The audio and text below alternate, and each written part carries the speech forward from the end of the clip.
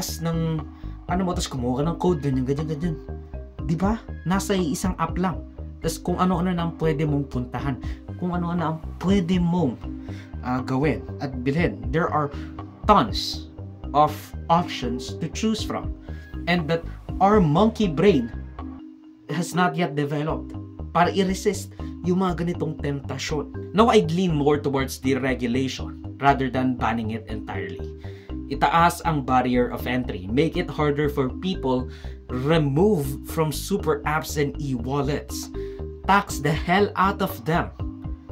At again, itaas nyo. Let's say, katulad nga ng ginawa ni Sherwin Gatchalian. Nasa 3,000 to 5,000 ang minimum top-up. Para lang mapaisip rin ng tao. 3,000 ilalagay ko dito. Tapos wala pang 10 minutes. Ubus na. Di ba?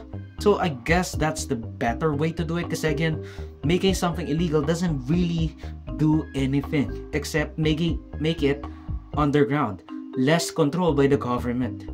Less control by the overarching framework ng ating society. Tapos nakikita pa natin mga endorsers, di ba? Parang ang weird no na you have this mandate, you have this influence for a lot of people. Tapos, ipupush mo lang into gambling. Tapos sasabihin mo, well, ano naman nila yan eh. Kung baka meron tayong free will, ganyan-ganyan.